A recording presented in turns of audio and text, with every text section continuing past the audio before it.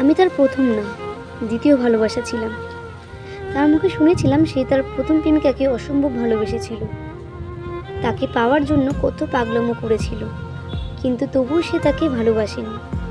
সেদিন আমি শুনে বলেছিলাম, এতটা ভালোবাসার পরেও মানুষ কিভাবে ছেড়ে চলে যায়। তার প্রাক্তনের প্রতি এত ভালোবাসা দেখে আমি সেদিন তার প্রেমে পড়ে গেছিলাম। আর ভেবেছিলাম, যে তাকে ভালোবাসেনি তাকে যদি সে এতটা ভালোবাসতে পারে, তাহলে তাকে যে ভালোবাসবে সে তাকে কতটা ভালোবাসতে পারে। কিন্তু আমি ভুল ছিলাম। আসলে মানুষ কোনো কিছু খুব সহজভাবে পেয়ে গেলে না, তার মূল্য দিতে জানে না। আমি নিজেই তার জলযন্ত্র প্রমাণ আছে।